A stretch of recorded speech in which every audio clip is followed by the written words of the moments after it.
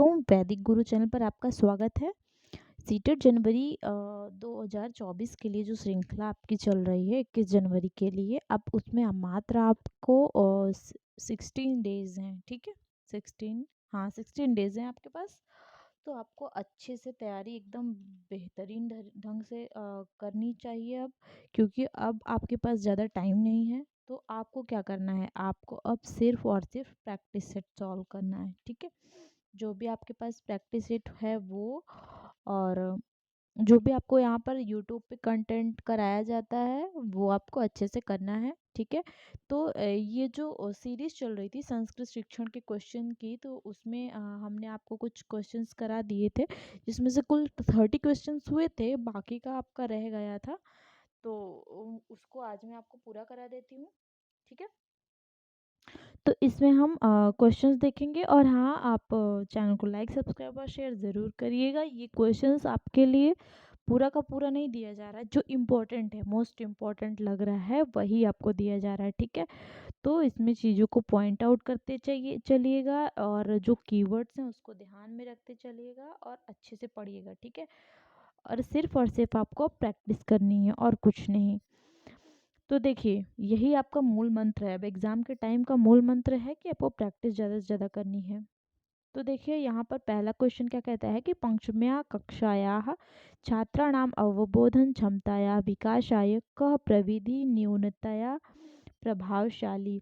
इसमें ऐसा कह रहा है कि पंचमी कक्षा के छात्र जो है अवबोधन क्षमता के विकास के लिए यहाँ पर जो कुछ प्रविधियाँ दी गई हैं उसमें से कौन सी प्रविधि सबसे कम प्रभावशाली है, ठीक है। तो आपको निगेटिव दिखा, तो आप क्या करोगे, सबसे पहले इसको अंडरलाइन कर लोगे, ठीक। सबसे कम प्रभावशाली, पहला ऑप्शन कहता है कि अध्यापकः नवीन शब्द संरचनां परिचर्चा छात्रान् मौन वाचनार्थम प्रेरयति।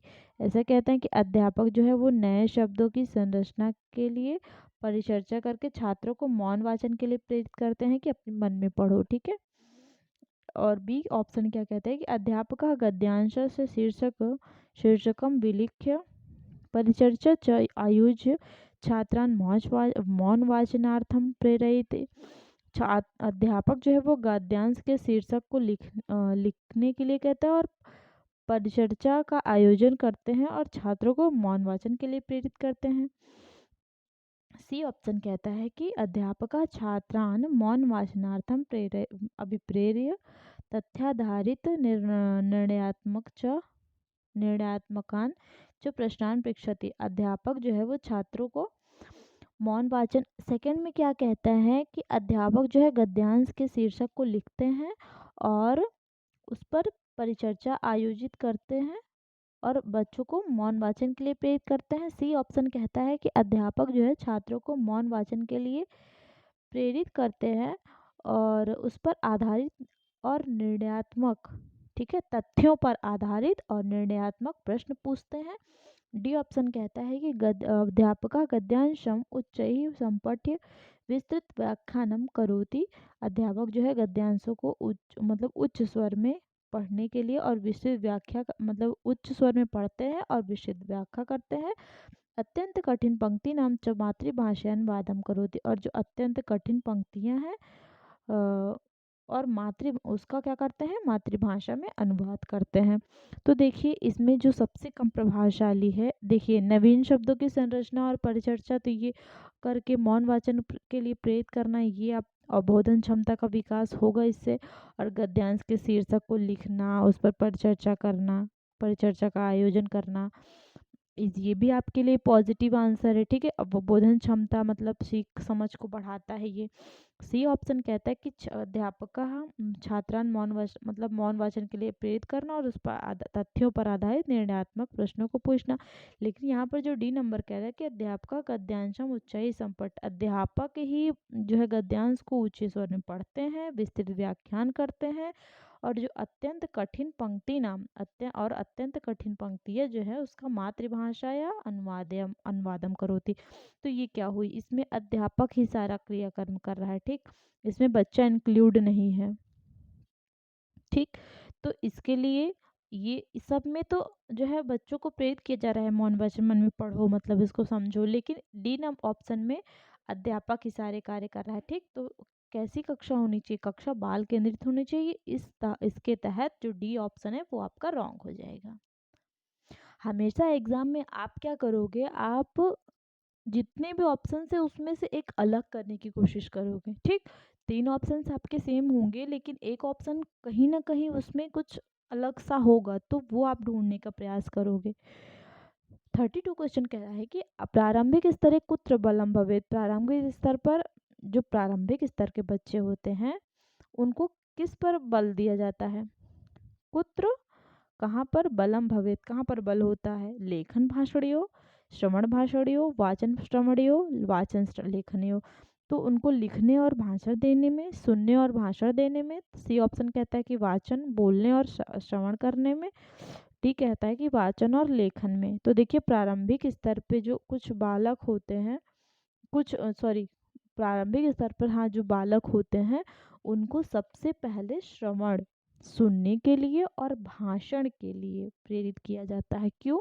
जब तक वो सुनेंगे नहीं वो लिखेंगे कैसे, ठीक है, और कैसे बोलेंगे? तो पहले उनको सुनने के लिए, मतलब वो सही से सुन सके और उसको बोल सके, इस पर ज्यादा बल दिया जाता है, ठीक है। ये फोकस होता है श्रवण और भाषण पर, इसलिए बी ऑप्शन राइट हो जाएगा। 33 क्वेश्चन कहता है कि अर्थ ज्ञान द्वारा संप्रेषण क्षमता विकास इत्यनेन अभिप्रायः अस्ति। अर्थ ज्ञान के द्वारा जो संप्रेषण क्षमता का विकास होता है, संप्रेषण क्षमता का के बारे में मैंने आपको कई बार बताया है कि अपने विचारों का आदान प्रदान करना, चाहे वो किसी भी स्तर से हो, चाहे वो सामाजिक स्तर से हो, ठीक है, चाहे वो राजनीतिक स्तर से हो। तो उस संप्रेषण में क्या होता है, संप्रेषण के द्वारा ही व्यक्ति अपने विचारों को अभिव्यक्त करता है, ठीक है। तो अर्थ ज्ञान के द्वारा संप्रेषण क्षमता का विकास इतने, इससे क्या अभिप्राय है? ऐसा पूछ रहे हैं कि इससे क्या अभिप्राय है। ए ऑप्शन कहता है कि व्याकरणात्मक संरचना का, ये एक व्याकरणात्मक की संरचना है, व्याकरण पर आधारित संरचना है ये। शंका निवारणार्थ शिक्षक सह वार्ता पाठ्यक्रम से स्पष्टीकरण, शंका निवारण के लिए शिक्षक जो होते हैं, शिक्षक के साथ वार्ता और पाठ्यक्रम का स्पष्टीकरण करना। शब्दार्थान प्रयोगान च ज्ञातुम, शब्दकोश से उपयोग, शब्दार्थ और प्रयोग को जानकर शब्दकोश का उपयोग करना, ठीक है। और डी ऑप्शन क्या कहते हैं कि अवबोधनार्थम सूचनाया आदानम प्रदानंच स्पष्टीकरणम पुनर्रचना। इसमें कहते हैं कि अवबोधन मतलब ज्ञान की सूचना का आदान प्रदान करना और स्पष्टीकरण पुनर्रचना, उसका स्पष्टीकरण करके उसकी पुनर्रचना करना।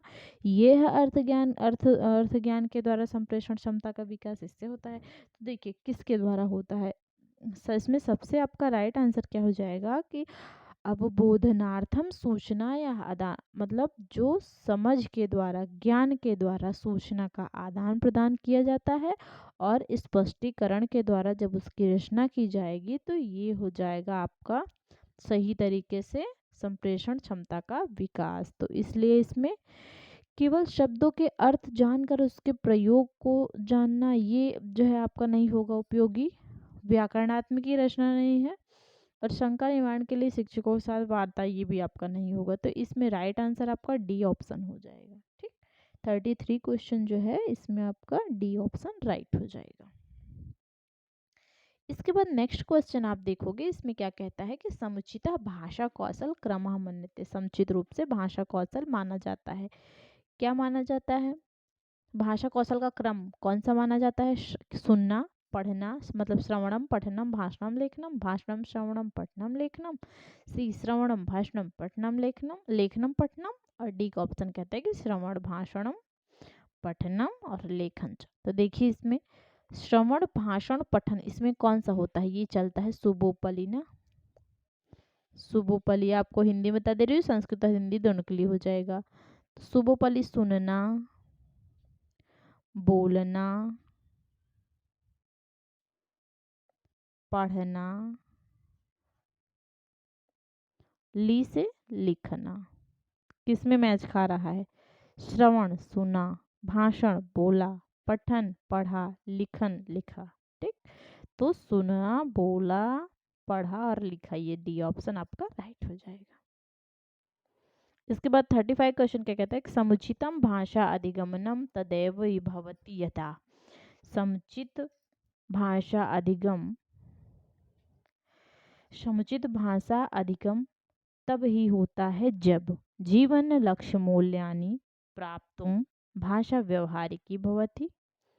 ऐसे कहते हैं कि जीवन लक्ष्य के मूल्य को प्राप्त करके भाषा व्यवहारिक होती है। सेकंड कहता है कि भाषा अधिगमनम कक्षया नियंत्रित परिवेश कार्यते। भाषा अधिगम कक्षा में नियंत्रित परिवेश में कार्य करता है। नियंत्रित कर परिवेश में तो नियंत्रण तो होना ही नहीं चाहिए, ठीक है, तो ये तो पहले ही आपका गलत हो जाएगा। लक्ष्य भाषाया ध्वन्यात्मक स्वरूपम च मातृभाषाया अनुगुणा भवते। ऐसा कह रहे हैं कि लक्ष्य भाषा और जो ध्वनि स्वरूप मातृभाषा के अनुगुण के अनुरूप नहीं, ये भी नहीं होगा। डी कहते हैं कि महाविद्यालयं प्रवेष्टुम संशोधितया भाषया सहायम प्राप्यते। कहते हैं कि महाविद्यालय में प्रवेश के लिए संशोधित भाषा सहायक होता है, सहायक प्राप्त हो नहीं। इसमें जो समुचित भाषा अधिगम होती है, समुचित भाषा अधिगम तब ही होता है जब जीवन लक्ष्य के मूल्यों को प्राप्त करके भाषा का प्रयोग व्यवहार में, ठीक, आपने क्या किया, जीवन के लक्ष्य के मूल्य को प्राप्त कर लिया, अब आप इसको क्या कर रहे हो, व्यवहारिक रूप से प्रयोग कर रहे हो। लाइक देखो, जैसे कि आपने स्कूल गए, आप स्कूल में पढ़े, ठीक, बुक्स पढ़ी, जो नॉलेज आपको टीचर देते हैं वो पढ़ा आपने, और उसको क्या किया, आप घर पे आए और व्यवहारिक उसको जीवन में उसको उतारा, उसको यूज़ किया। यही होता है समुचित भाषा, ठीक। तो ये आपका फर्स्ट ऑप्शन राइट हो जाएगा। इसके बाद 36 क्वेश्चन आप देखोगे, केचन छात्रा सूची लिखित उत्तरेभ्यः शीर्षक सहितं समुचितम उत्तरम अनेष्टुम निर्दिष्टा पूर्वम एव ते समग्र स्वरूप विषय किंचित प्रष्टुम इच्छन्ति। इदम किम, कह रहे हैं कि कुछ छात्रों को सूची लिखित उत्तरों में से शीर्षक सहित सही उत्तर खोजने के लिए निर्देशित, शीर्षक सहितम समुचितम उत्तरम अन्वेष्टुम निर्दिष्टा, ऐसा निर्देश दिया गया है कि सही उत्तर खोजिए। पहले ही वो पूर्वम, पहले ही एव ही ते वे समग्र सामग्री रूपेण स्वरूप विषय सामग्री स्वरूप विषय के किंचित प्रष्टुम इच्छन्ति, कुछ प्रश्न पूछने की इच्छा करते हैं, ठीक। इदम किम, यह क्या है, छात्रा, मतलब इसमें छात्र क्या करते हैं। सूचनांतरालम पूरयन्ति सन्ति, सूचना अंतराल में पूरे करने होते हैं इसको। सक्रिय रूपेण सामग्री संदर्भे पूर्वानुमानम प्रक्रिया में संलग्न, सक्रिय रूप से सामग्री को संदर्भ में पहले से ही अनुमान लगाने की प्रक्रिया के द्वारा संलग्न किया जाता है। मतलब सक्रिय रूप से पूर्व अनुमान लगाने में संलग्न होते हैं ये। तथ्यानाम निरीक्षणे संलग्न, तथ्यों के निरीक्षण में संलग्न होना। डी प्रश्नोत्तर संदर्भे उहाम कुर्वन्ति, मतलब प्रश्नोत्तर के संदर्भ में अनुमान करते हैं। उहाम मतलब गेस लगाना, ठीक है। ये सारे वर्ड्स जो है आप ध्यान में रखते चलिए, एग्जाम में जब आएगा तो यूज कर दीजिएगा, नहीं तो आपको अर्थ ही नहीं समझ में आएगा तो क्या आप आंसर करोगे। उहाम मतलब अनुमान लगाना। मान लो वहाँ पर इंग्लिश ना दिया हो, यहाँ पर तो दिया है, तो आपने गेस कर लिया क्या होगा, अनुमान लगाना। तो देखिए आपका इसमें आंसर क्या हो जाएगा कि सक्रिय रूप से, ये आपका कीवर्ड हो जाएगा, सक्रिय रूप से सामग्री संदर्भ पूर्व अनुमान लगाना, ये आपका पॉजिटिव कीवर्ड हो जाएगा। तो इसमें कह रहे हैं कि किसी शीर्ष से सही उत्तर खोजने में छात्र उस क्रिया में सक्रिय रूप से पूर्व अनुमान लगाने में संलग्न होते हैं। पहली बात तो इसमें छात्र काम कर रहे हैं, ठीक, तो और पूर्व अनुमान कर रहे हैं, ये पॉजिटिव कीवर्ड है। सक्रिय रूप से जो है सक्रिय है इसमें, तो ये भी पॉजिटिव है, तो ये आपका राइट हो जाएगा बी नंबर। और ये कीवर्ड्स आप ध्यान रखिएगा। छात्राः सहर्ष वक्तुम् इच्छन्ति, गतिविधि अधिकः उद्देश्यपूर्ण भवेत् इत्यर्थम किम समीचीनम। इसमें कहते हैं कि छात्र आनंद पूर्वक बोलने की इच्छा करते हैं, ये गतिविधि अधिक उद्देश्यपूर्ण होगी, इसके लिए क्या सही है? कार्य समाप्त्यर्थम अभिप्रेरणम, कार्य समाप्ति की अभिप्रेरणा, मतलब उनको ऐसी अभिप्रेरणा देना कि कार्य समाप्त हो गया है। शब्दकोशम द्रष्टुम प्रेरणम, शब्दकोश देखने के लिए प्रेरणा देना। समुचित उच्चारणार्थम निर्देशम, समुचित उच्चारण के लिए निर्देश देना। लेखक पठन संबद्ध कार्यार्थ निर्देशम, लेखन पठन से संबद्ध कार्य का निर्देश देना। तो देखिए छात्र जो है वो खुशी से, मतलब आनंद पूर्वक, सहर्ष मतलब उनके अंदर बहुत ही हर्ष के साथ, ठीक है, सहर्ष वक्तुम इच्छन्ति, बोलने की इच्छा रखते हैं, ठीक, संप्रेषण करने की या फिर बोलने की इच्छा रखते हैं। गतिविधि अधिक उद्देश्य पूर्णम भवेत, ये जो गतिविधि है वो बहुत ही अधिक उद्देश्यपूर्ण होती है। इत्यर्थम, इसमें कौन सा समीचीन है? तो ये इसमें समीचीन कौन सा वाला हो जाएगा? इसमें हो जाएगा छात्र, मतलब छात्र क्या कर रहे हैं, वो खुशी खुशी सहर्ष वक्तुम इच्छन्ति, ठीक है, हर्ष के साथ, खुशी के साथ, आनंद पूर्वक बोलने की इच्छा करते हैं। और ये गतिविधि अधिक उद्देश्यपूर्ण होगी, इसके लिए जो है शब्दकोश को देखने के लिए प्रेरणा देनी चाहिए, ठीक। इसमें क्या होगा, छात्र यदि स्वयं से बोलने की इच्छा करते हैं तो ये गतिविधि जो होती है वो अधिक उद्देश्यपूर्ण होती है। और जब वो शब्दकोश को देखेंगे तो इससे उनमें जो है प्रेरणा विकसित होगी, ठीक।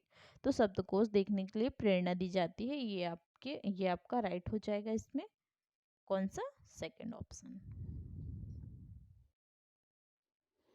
इसके बाद देखिए, मानवस्य विचारणं प्रभावी संप्रेषणस्य लिखित मौखिक रूपेण च मध्ये परस्परं संबंधस्य आधारभूतम अथवा प्रमुख तत्वम किम। कैसे कहते हैं इसमें कि मनुष्य के विचारों और प्रभावी संप्रेषण लिखित और मौखिक रूप में च मध्ये परस्परम के मध्य परस्पर संबंध से आधारभूतम, संबंध का आधारभूत अथवा प्रमुख तत्वम की।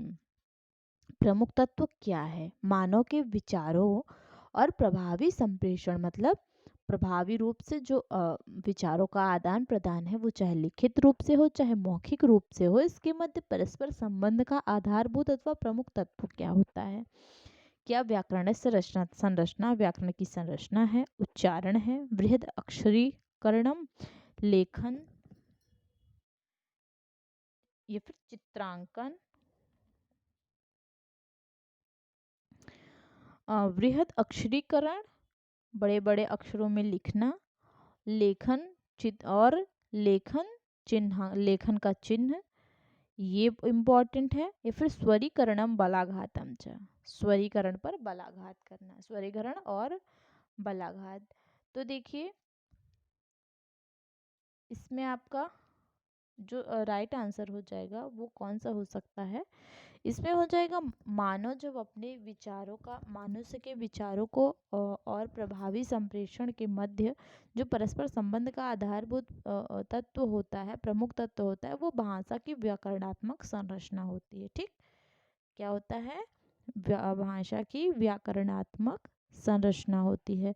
तो इसमें राइट आंसर आपका जो हो जाएगा वो ए नंबर हो जाएगा। भाषा के जो बनता बिगड़ता रूप होता है, ठीक, उसको शुद्ध बनाए रखने में व्याकरण जो है अपनी अहम भूमिका रखता है, ठीक।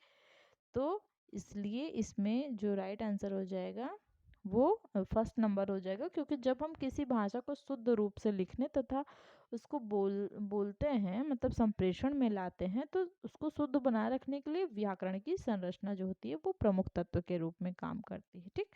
तो आपका ये जो है वो राइट हो जाएगा, ए नंबर। इसके बाद देखिए आपका ये जो है अध्यापक, अध्यापका अध्यापिका उदाहरणैः सह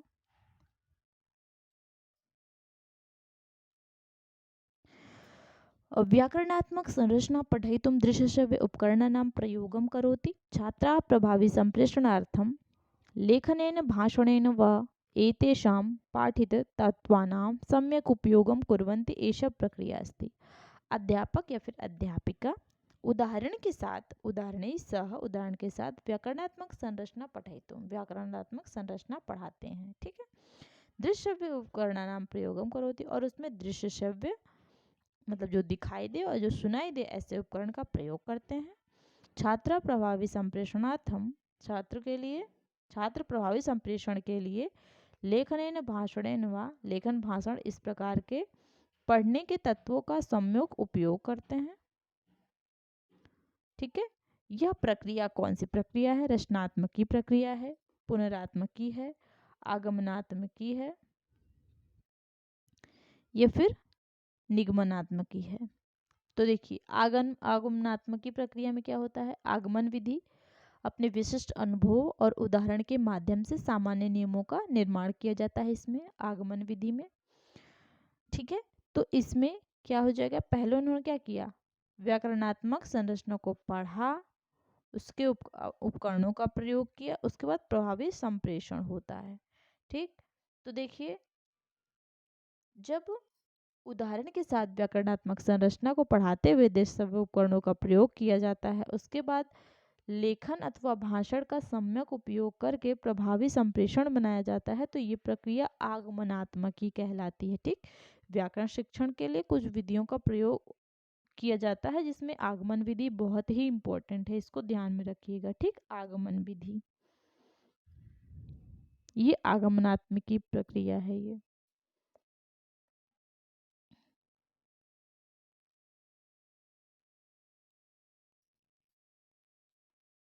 संप्रेषण का अर्थ जानते ही हैं, चाहे वो लिखित रूप से हो चाहे वो भाषण के रूप में हो। जब विचारों का आदान प्रदान होता है वही होती है संप्रेषणात्मक अधिगम। ठीक है।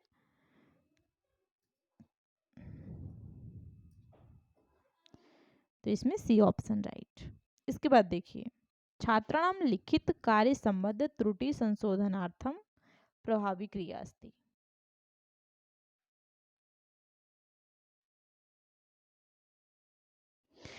छात्राणां लिखित कार्य संबद्ध त्रुटि संशोधनार्थम प्रभावी प्रक्रिया अस्ति। छात्रों के लिए जो लिखित कार्य से संबंधित त्रुटि संशोधन के लिए प्रभावी प्रक्रिया है, क्या है वो? संकेत द्वारा त्रुटि निदर्शनम, छात्रेभ्यः च संशोधनार्थम प्रेरणादानम। ऐसा कह रहे हैं कि छात्र स्वयं अपनी गलती को पहचाने और उसको ठीक करें। और संकेत के द्वारा त्रुटि निरसन मतलब छात्र जो है वो संकेत के द्वारा त्रुटि को स्वयं देखकर अपनी गलती को पहचान कर उसको ठीक करे। बी कहता है कि समीचीनानि उत्तराणि प्राप्तुम पुनः पुनः लिखम। जो समीचीन उत्तर हो मतलब सही उत्तर प्राप्त करके पुनः पुनः लिखो। कृष्ण फल के उपयुक्त तो उत्तर लेखनम, ब्लैक बोर्ड पर सही उत्तर लिखो। डी अशुद्धि नाम पुनः पुनः अवलोकनम, अशुद्धियों का बार बार अवलोकन करो। ठीक है। तो इसमें देखिए आपका कौन सा राइट हो जाएगा? जो लेखन संबंधी त्रुटियों का निराकरण होता है वो कक्षा में अध्यापक द्वारा सही उच्चारण करके सही किया जा सकता है। ठीक। लिपि संबंधी जानकारी दी जा सकती है बच्चों को। अतिरिक्त पुस्तक पढ़ने के लिए प्रेरित किया जा सकता है। शुद्ध वर्तनी सीखने में सहायता होती है। सुलेख अनुलेख ये सबके द्वारा श्रुतलेख पर बल दिया जा सकता है। ठीक। इसके द्वारा ठीक किया जा सकता है। तो लेखन जो कार्य संबद्ध त्रुटि है, लेखन छात्रों के लिए लिखित कार्य संबंध में त्रुटि संशोधन के लिए संकेत द्वारा और त्रुटि निर्देशों के द्वारा छात्रों को संशोधन के लिए अभिप्रेरणा देना है। त्रुटि संशोधन की प्रभावी प्रक्रिया होती है। ठीक। जो है टीचर ने क्या किया? संकेत दे दिया, संकेत के द्वारा उनके निर्देशों के द्वारा मतलब उन्होंने निर्देश दिया और उस निर्देश के बेस पे बच्चा जो होता है, छात्र जो होता है वो संशोधन के लिए अभिप्रेरणा प्राप्त करता है। ठीक। अभिप्रेरित होता है। तो ये आपका ए ऑप्शन आपका राइट हो जाएगा। आप समीचीन उत्तर देकर जो है उनको मतलब वो समीचीन उत्तर प्राप्त कर लेंगे और बार बार लिखेंगे, इससे कैसे हो सकता है? नहीं, त्रुटि संशोधन नहीं होगा। कृष्ण फलक पर लिख देंगे, अगर आप बोर्ड पर लिख दिए आप तो उसका उत्तर वो लिख लेंगे, फिर उनको क्या मिलेगा? कुछ नहीं। अशुद्धियों का पुनः बार बार अवलोकन करने से कुछ नहीं होता है, तो इसलिए ए ऑप्शन राइट हो जाएगा। लिखित अनुच्छेदस्य आकलनार्थम प्रथमम सोपानम। लिखित अनुच्छेद के आकलन का प्रथम सोपान क्या है? शब्द समृद्धि है, व्याकरण है, शब्द सीमा है, विषय वस्तु की सार्थक्यम विचाराभिव्यक्ति। विषय वस्तु और सार्थक विचारों की अभिव्यक्ति होती है। तो लिखित अनुच्छेद का आकलन का जो प्रथम सोपान, फर्स्ट स्टेज होता है, वो क्या होना चाहिए? वो लिखित जो अनुच्छेद, सॉरी, विषय वस्तु और सार्थक्यम विचार, सार्थक विचारों की अभिव्यक्ति, मतलब विषय वस्तु में जो भी सार्थक विचारों की अभिव्यक्ति हो रही है वो कैसा होना चाहिए? सही होना चाहिए। ठीक, विचारों की अभिव्यक्ति सार्थक होनी चाहिए, कुछ भी ऐसे नहीं बोल देना है। ठीक, सटीक चीजें बोलनी है। तो इसलिए आपका जो यहाँ पर क्वेश्चन 41 है, इसमें आपका राइट आंसर आपका डी ऑप्शन हो जाएगा। ठीक है, इसके बाद आप देखोगे नेक्स्ट क्वेश्चन, संदर्भ वैविध्य गतिविधि प्रयोग प्रतिपुष्टि इत्यादीनां दृष्ट्या किम अनुदेशनम छात्रेभ्यः अधिकान् अवसरान् प्रददाति? प्रत्यक्षम, दूरस्थ, अभिक्रमितम, संगणक संबद्धम। तो देखिए,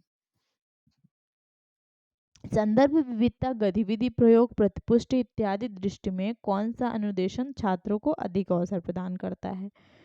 वो प्रत्यक्ष होता है, दूरस्थ, या फिर अभिक्रमित, या फिर संगणक संबद्ध। अनुदेशन पद्धति क्या होती है?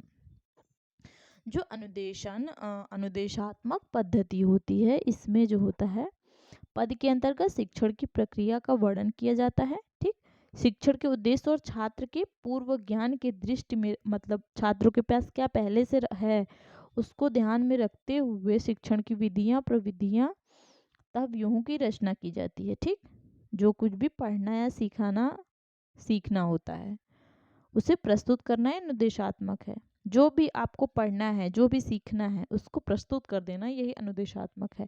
और इसमें जो होता है, संदर्भ वैविध्य गतिविधि के प्रयोग के द्वारा जो अवसर दिया जाता है, इसमें जो राइट आंसर आपका हो जाएगा वो डी नंबर हो जाएगा, क्योंकि जो सहायक संगणक सहायक अनुदेशन होता है, वो उसमें क्या होता है कि ये स्वतः निर्देशात्मक पद्धति का एक उपकरण है। संगणक जो होता है, कंप्यूटर एडेड नॉलेज जो होता है, ये अपने आप में एक अनुदेशन पद्धति का एक उपकरण है। ठीक, इसका प्रयोग व्यक्तिगत अनुदेशन के लिए किया जाता है। जब अधिगम परिस्थितियों को नियंत्रण अनुदेशन के माध्यम से संगणक द्वारा उत्पन्न किया जाता है, तो इस प्रक्रिया को संगणक संबंधित अनुदेश कहते हैं। ठीक, तो इसको आप ध्यान में रखिएगा, इसलिए राइट आंसर आपका डी ऑप्शन हो जाएगा। इसके बाद कहते हैं कि सातवीं भाषा कक्षा और प्रत्यक्ष, देखिए इसमें ऑप्शन भी देख लीजिएगा, थोड़ा सा मैं थोड़ा आपको बता देती हूँ। प्रत्यक्ष में क्या होता है? आमने सामने होता है। दूरस्थ में दूर का होता है। और अभिक्रमित मतलब क्या होता है कि कार्य क्रमबद्ध, कार्य को क्रमबद्ध तरीके, कार्य अभिक्रमित मतलब कार्य को क्रमबद्ध तरीके से। ठीक है, तो इसमें जो हो जाएगा वो आपका फोर्थ डी ऑप्शन राइट हो जाएगा। द्विभाषी कक्षा लाभकारिणी भवति यत्र छात्रा मूल भाषया लक्ष्य भाषया च परस्परम वार्तालापम कुर्वन्ति कारणम अस्ति। ऐसा कह रहे हैं कि यह द्विभाषी कक्षा लाभकारी होती है। यह द्विभाषी कक्षा लाभकारिणी भवति, लाभकारी होती है। यत्र छात्रा स्वमूल भाषया, जहाँ पर छात्र अपनी मूल भाषा और लक्ष्य भाषा च और लक्ष्य भाषा को परस्परम वार्तालापम कुर्वन्ति, क्या करते हैं? लक्ष्य भाषा में एक दूसरे से बात करते हैं। कारणम अस्ति, क्योंकि प्रत्येकम भाषा भिन्न भिन्न गतिविधियां विद्यन्ति। प्रत्येक भाषा जो होती है वो भिन्न भिन्न गतिविधि होती है।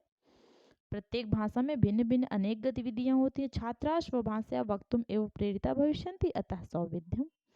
छात्र जो होते हैं वो अपनी भाषा में बोलने के लिए ही प्रेरित होते होंगे, अतः सुविधा है। तो सुविधा के लिए नहीं, सुविधा तो पहले गलत हो जाएगा। भाषाद्वयं वक्तुं छात्रा अभिप्रेरिता भवन्ति। भाषा द्वयम, जो दो भाषाएं होती हैं उसमें वक्तुम छात्रा अभिप्रेरिता भवन्ति, छात्रों को अभिप्रेरित मतलब दो भाषा के लिए बोलने के लिए छात्रों को अभिप्रेरित होती हैं ये। पृथक प्रयोजनार्थम सरल्यम भवति अवसरा च प्राप्यन्ते, पृथक प्रयोजन के लिए सरल होता है और अवसर प्राप्त होते हैं। देखिए आपका इसमें राइट आंसर कौन सा हो जाएगा, इसमें ऐसा कहिए कि ये दो भाषाओं में बोलने के लिए अभिप्रेरित होते हैं। ठीक, जो द्विभाषी कक्षा की बात हो रही है, पहले तो आप देख लीजिए, इसलिए राइट आंसर आपका द्विभाषी। इस मैंने आपको जितने बहुत सारे आंसर्स बहुत सारे क्वेश्चंस कराए, इसमें आपको मैंने मतलब ज़्यादातर क्वेश्चंस में ये देखा गया है कि कुछ कुछ क्वेश्चंस में क्वेश्चन जो होते हैं उसका आंसर उसमें ही होता है, क्वेश्चन में ही होता है, बस आपको नज़रिए की बात है, ध्यान देने की बात है। संस्कृत का स्पेशली बता रही हूँ, हिंदी तो आप समझ जाओगे, हिंदी तो आप समझ जाओगे क्या सही क्या गलत, लेकिन संस्कृत जो होता है जिसके लिए टफ है, इजी जिसके लिए उसके लिए तो मैं नहीं बता रही, लेकिन जिसके लिए टफ है संस्कृत, उसको नहीं समझ में आती है, उसके लिए बता रही हूँ कि अभी लास्ट टाइम मोमेंट में आपको क्या करना है, ये जो आपको ट्रिक्स बता रही हूँ, जो जो छोटी छोटी चीज़ें हैं ना, इसको आप बिल्कुल गलत मत करना। जैसे निगेटिव है तो उस पर राउंड करना बिल्कुल भी मत भूलना, पॉजिटिव आंसर ढूंढना, निगेटिव है तो निगेटिव आंसर ढूंढना। ठीक, कभी कभी क्वेश्चन में ये आंसर होता है तो वो ढूंढने का कोशिश करना। तो देखिए इसमें जो है आपका सी ऑप्शन राइट हो जाएगा, क्योंकि जब यह द्विभाषी कक्षा लाभकारी होती है जहां छात्र अपनी मूल भाषा और लक्ष्य भाषा में एक दूसरे से बात करते हैं, क्योंकि वे दो भाषाओं में बोलने के लिए अभिप्रेरित होते हैं। ठीक, बच्चों को दो भाषा में बोलने के लिए प्रेरित किया जाता है। अब की मतलब कैसे है, बहुभाषिकता पर जोर दिया जाता है। ठीक, न्यू एजुकेशन पॉलिसी जो है वो बहुभाषिकता पर जोर देता है, तो बहुभाषा जो होती है वो समाज में संप्रेषण को बाधित नहीं करती है बल्कि सहायता प्रदान करती है। ठीक, तो इसलिए right answer C option. 44 question देखोगे, छात्रा सहजतया लक्ष्य भाषया भाषणं कर्तुं समर्था भवेयुः इत्यर्था किं महत्वपूर्णम्। छात्र जो होते हैं वो सहजता से लक्ष्य भाषा में भाषण करने में समर्थ होंगे, इसके लिए क्या महत्वपूर्ण है। लिखित मौखिक परीक्षण महत्वपूर्ण है। दृश्य साधना नाम प्रयोग, दृश्य साधनों का प्रयोग करना ये है। छात्रा यथा इच्छन्ति तथैव कयापि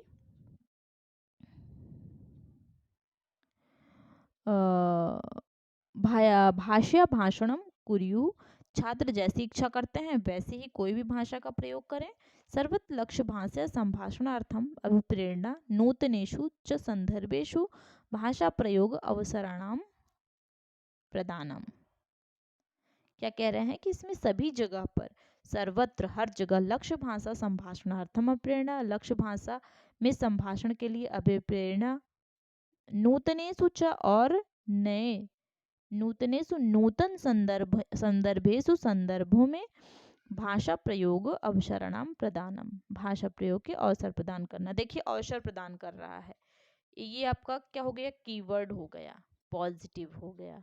लक्ष्य भाषा में जो सबसे महत्वपूर्ण, इसमें महत्वपूर्ण कौन सा है, मतलब छात्र जो है वो सहज रूप से लक्ष्य भाषा में भाषण करने में समर्थ होते हैं। इसमें जो सबसे महत्वपूर्ण वो हो जाएगा कि हर जगह लक्ष्य भाषा में संभाषण के लिए अभिप्रेरणा और नूतन संदर्भों में भाषा प्रयोग के अवसर प्रदान करना। जब नए नए संदर्भों में आप भाषा का प्रयोग करोगे तो भाषा कितनी जल्दी आप सीख जाओगे। ठीक, उसको सहजता से सीख जाओगे और लक्ष्य भाषा में भाषण करने में आप समर्थ होंगे। ठीक, ये सबसे महत्वपूर्ण, डी ऑप्शन राइट।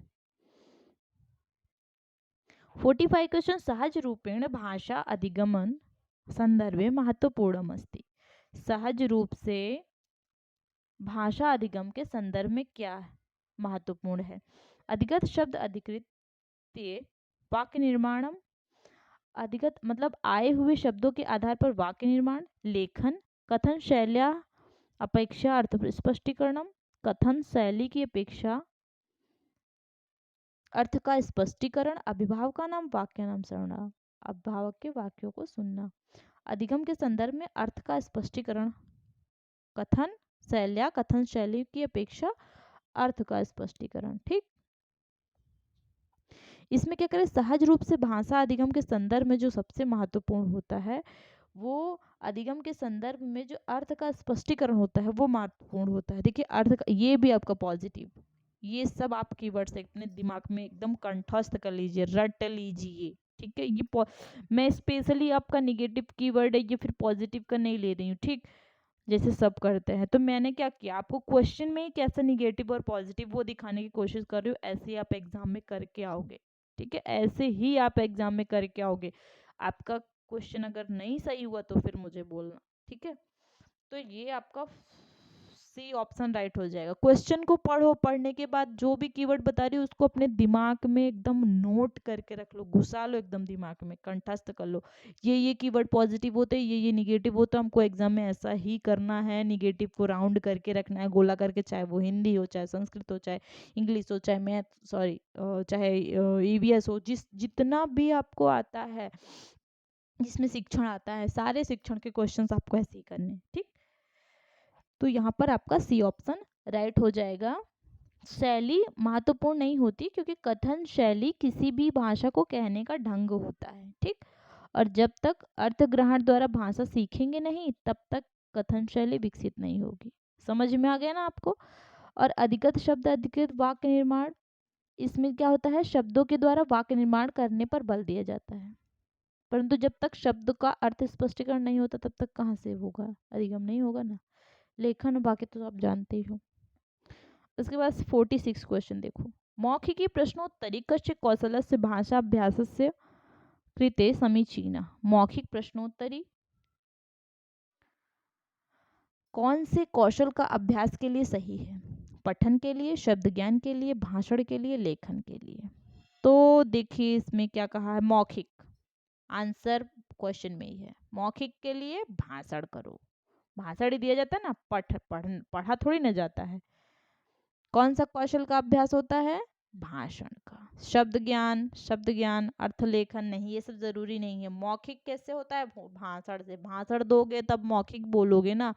तो ये आपकी ट्रिक है सही आंसर करने की, बिल्कुल ध्यान में रखो। 47, यदा छात्राः व्याकरण अध्ययनस्य भाषण स्वरूपस्य च मध्ये अध्ययनं प्रदर्शयन्ति तदा ते किं दर्शयन्ति। जब छात्र व्याकरण अध्ययन को भाषा स्वरूप, व्याकरण अध्ययन, जब छात्र व्याकरण अध्ययन और भाषा का स्वरूप के मध्य संबंध प्रदर्शनती तदा ते किम दर्शनती। जब छात्र जो है व्याकरण अध्ययन में, व्याकरण अध्ययन और भाषा के स्वरूप के मध्य संबंध प्रदर्शित करते हैं तब वे क्या दिखाते हैं, तो संप्रेषण उद्देश्य विकास प्रक्रिया, संप्रेषण उद्देश्य और विकास की प्रक्रिया दिखाते हैं। या फिर व्याकरण अध्ययन अत्यधिक महत्वपूर्ण, व्याकरण अध्ययन को अत्यधिक महत्वपूर्ण है ये दिखाते हैं। फिर संप्रेषणार्थ व्याकरण ज्ञानम अनिवार्य, संप्रेषण के लिए व्याकरण का ज्ञान अनिवार्य है। या फिर लेखन शैली व्याकरण ज्ञान प्रभाविता भवति, लेखन शैली में व्याकरण ज्ञान प्रभावित होता है। तो देखिए जब छात्र व्याकरण अध्ययन में और भाषा के स्वरूप के मध्य संबंध स्थापित कर रहे हैं ना, तो वो संप्रेषण उद्देश्य के विकास प्रक्रिया, संप्रेषण उद्देश्य और विकास की प्रक्रिया को दिखाते हैं। ठीक, ये आपका राइट आंसर होगा। तो इसको, इसमें कौन सा आपका होगा राइट आंसर, फर्स्ट ऑप्शन, संप्रेषण उद्देश्य। जब छात्र व्याकरण अध्ययन के और भाषा स्वरूप के मध्य संबंध प्रदर्शित करता है तब वे संप्रेषण उद्देश्य विकास प्रक्रिया को प्रदर्शित करते हैं। ठीक, ये आपका राइट हो जाएगा। इसके बाद देखो आप नेक्स्ट क्वेश्चन 48, व्याकरणात्मक अनुदेशनम तदैव स्वाभाविकम मन्यते यदा। व्याकरणात्मक अनुदेशन तब ही स्वाभाविक मानते हैं जब लेखनात् भाषणात् वा पूर्वं व्याकरण अभ्यासं प्रयत्न क्रियन्ते। जब लेखन और भाषण से पूर्व मतलब उसके पहले व्याकरण अभ्यास के लिए प्रयत्न करते हैं, या फिर अध्यापक अल्पकालिक व्याकरण कक्षा स्वीक्रियते, अध्यापक थोड़े समय के लिए व्याकरण कक्षा को स्वीकार करते हैं, या फिर सी छात्रा स्वयमेव लेखन भाषण। देखिए स्वयमेव ये आपका पॉजिटिव कीवर्ड है, ठीक। स्वयमेव खुद से लेखन भाषण में के समय सजग हो भूतवा होकर भूधनत्वा प्रत्यय त्रुटि संशोधन भी करते हैं, ठीक। इसलिए ये आपका राइट हो गया सी ऑप्शन। लेकिन ये भी देख लीजिए अध्यापका निरंतरम सिद्धांत पाठने संलग्ना भवन्ति, अध्यापक निरंतर सिद्धांत पढ़ाने में संलग्न होते हैं। ये आपका देखिए इसलिए राइट आंसर आपका सी ऑप्शन हो जाएगा, ठीक। व्याकरणात्मक अनुदेशन तब ही स्वाभाविक होता है जब छात्र स्वयं ही लेखन भाषण के समय सजग होकर त्रुटि संशोधन भी करते हैं। 49 क्वेश्चन, एकस्य भाषा कक्षा वृक्षः इति पाठ्य पाठ्यते। एक भाषा कक्षा में वृक्ष इति ये पाठ पढ़ाया जाता है। छात्रा विभिन्न समूहेषु विभक्त, छात्रों को विभिन्न समूह में विभक्त कर दिया जाता है। सर्वे भिन्न भिन्न कार्यम कुर्वन्तु, सभी को अलग अलग कार्य दिया जाता है। एक समूह पाठ्य सामग्री अधिकृत्य चित्राणि निर्माय लेखन भाषण कौशल द्वारा कृत कार्यम प्रस्तुति। एक समूह को पाठ्य सामग्री में अधिकृत करके चित्रों को निर्माण के लिए लेखन भाषण कौशल के द्वारा कार्य की प्रस्तुति के लिए कहा जाता है। तस्य समूह से प्रदर्शनम केन संबद्ध है, ये जो समूह है वो कौन से प्रदर्शन से संबद्ध है। अर्थग्रहण, अवबोधनात्मक अभिव्यक्तात्मक कौशलेन, चित्र चित्रण कौशलेन, तथ्य संग्रहणेन, तथ्य को संग्रहण करना। तो देखिए जो वृक्ष ये पाठ पढ़ाया गया, उसके बाद विभिन्न समूह में विभक्त किया गया, अलग अलग कार्य दिया गया, उसके बाद समूह में पाठ्य सामग्री पर आधारित चित्रों का निर्माण के लिए लेखन भाषण कौशल के द्वारा कृत कार्य की प्रस्तुति के लिए कहा गया। तो ये क्या होगा, अवबोधनात्मक अभिव्यक्तात्मक कौशल, अभिव्यक्ति के लिए बोला जा रहा है ना, तो ये क्या हो जाएगा, अवबोधनात्मक ज्ञान की अभिव्यक्ति का कौशल। बी ऑप्शन राइट हो जाएगा। देखिए अवबोधनात्मक अभिव्यक्ति का कौशल जो हो जाएगा ये इसमें सर्वोपरि हो जाएगा, क्योंकि इसमें भाषण कौशल लेखन भाषण कौशल के द्वारा कार्य की प्रस्तुति हो रही है, ठीक है। तो ज्ञान की समझ और अभिव्यक्ति ये दोनों चीजें, अवबोध हो रहा है और अभिव्यक्ति हो रही है, ठीक है। भाषण के द्वारा अभिव्यक्ति हो रही है, तो ये सब जो होता है वो अवबोधन और अभिव्यक्तात्मक कौशल के अंतर्गत आएगा, इसलिए इसमें आपका बी ऑप्शन राइट हो जाएगा। इसके बाद 50 क्वेश्चन आप देखोगे, भाषा शिक्षण अधिगम के संदर्भ में प्रौद्योगिकी उपकरणानाम एकम विशिष्टम स्थानम दृश्यते। भाषा शिक्षक के अधिगम के संदर्भ में प्रौद्योगिकी उपकरणों का एक विशिष्ट स्थान दिखाई देता है। उपकरणानाम एकम विशिष्टम स्थानम दृश्यते, एक विशिष्ट स्थान दिखाई देता है। उच्चारण शिक्षण प्रक्रिया संदर्भे किम समीचीनम उदाहरणम न, ठीक। पहले तो आप ना को क्या करोगे, अंडरलाइन करोगे या फिर राउंड राउंड कर दोगे, ठीक। तो इसमें क्या कहा जा रहा है कि भाषा शिक्षण अधिगम के संदर्भ में प्रौद्योगिक उपकरण एक विशिष्ट स्थान, प्रौद्योगिक उपकरणों का एक विशिष्ट स्थान दिखाई देता है। उच्चारण विधान शिक्षण प्रक्रिया के संदर्भ में कौन सा उदाहरण सही नहीं है। तो भूमिका निर्वहन उच्चारण प्रदर्शन, भूमिका निर्वहणम उच्चारण प्रदर्शनम, भूमिका निर्वहन और उच्चारण प्रदर्शन। ध्वनि मुद्रिका उपयोग, ध्वनि मुद्रिका का उपयोग करना, या फिर दृश्य श्रव्य प्रस्तुति द्वारा वर्णन, दृश्य श्रव्य प्रस्तुति के द्वारा वर्णन करना। ध्वनि मुद्रिका उपयोग दृश्य श्रव्य दृश्य प्रस्तुति के द्वारा वर्णन। श्वेत फलकस्य प्रयोग, श्वेत फलक का प्रयोग करना। बाह्य शिक्षण अधिगम के संदर्भ में यहाँ पर जो ऑप्शंस दिए गए हैं, पहला भूमिका का निर्वहन करना, तो छात्र को जब कोई पात्र की भूमिका करने को कहा जाएगा तो शिक्षक उसे शुद्ध उच्चारण प्रदर्शन करने के लिए कह सकता है, ठीक। तो इससे वो शुद्ध उच्चारण सीख सकता है, तो ये तो आपका पॉजिटिव हो जाएगा। निगेटिव ढूंढना है। ध्वनि मुद्रिका उपयोग, इससे क्या होगा, ध्वनि मतलब मुद्रिका से तात्पर्य क्या है कि साउंड रिकॉर्डिंग से है, ठीक।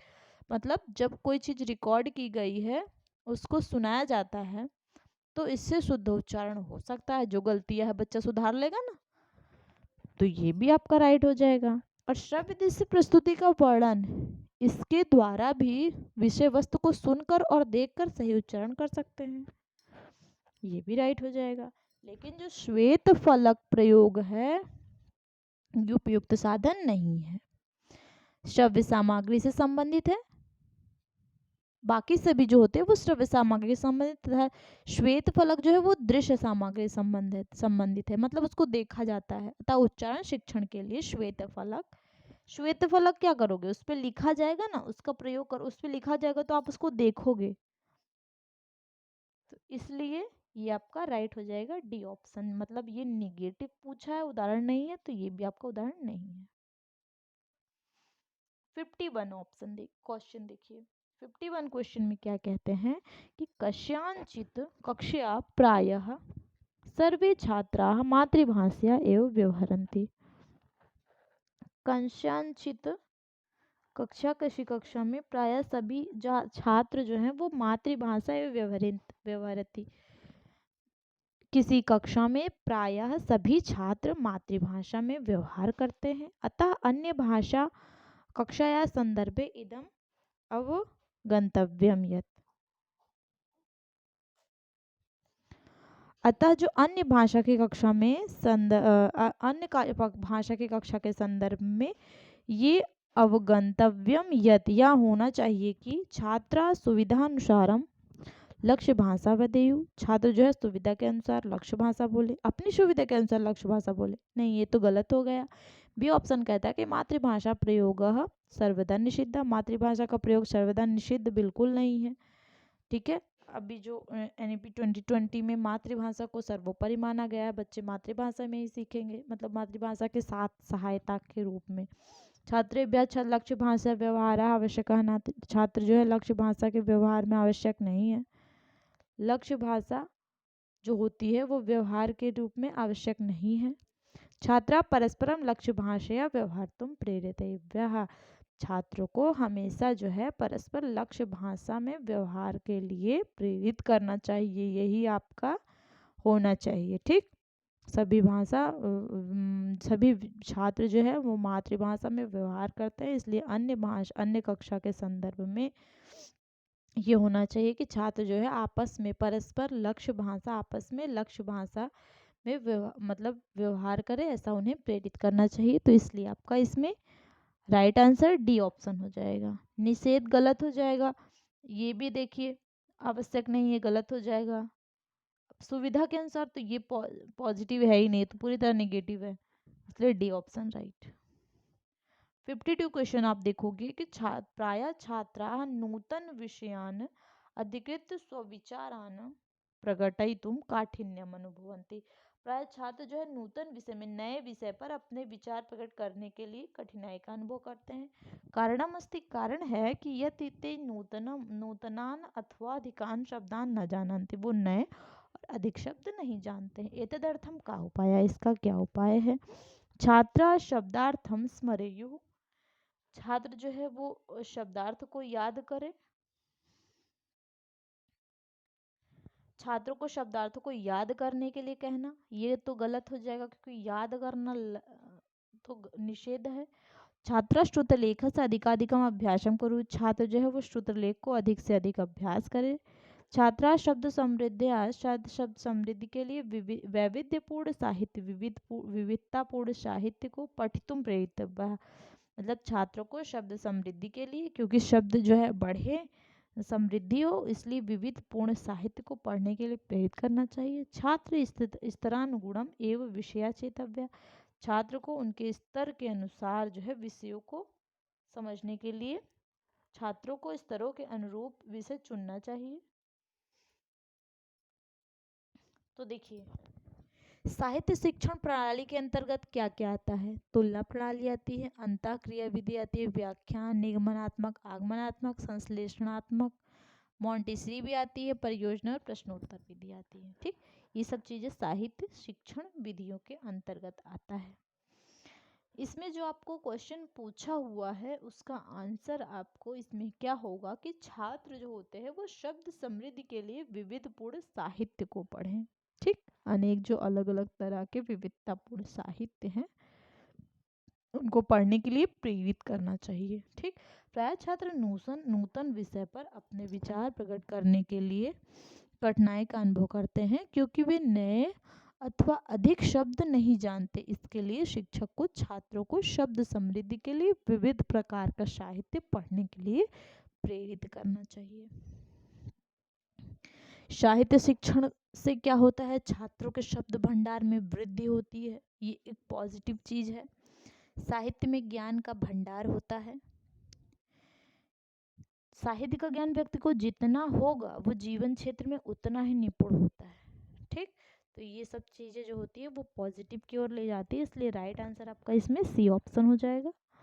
तो देखिए, मैंने आपके लिए यहाँ पर 52 क्वेश्चंस ही रखे थे, तो आपको और भी जो इम्पोर्टेंट क्वेश्चंस हैं हिंदी में चाहे संस्कृत में, ऐसा मत समझिएगा कि एक ही जगह से क्वेश्चन लिया जा रहा है, चाहे वो ऑनलाइन चाहे ऑफलाइन, सब में से क्वेश्चंस लिए जा रहे हैं।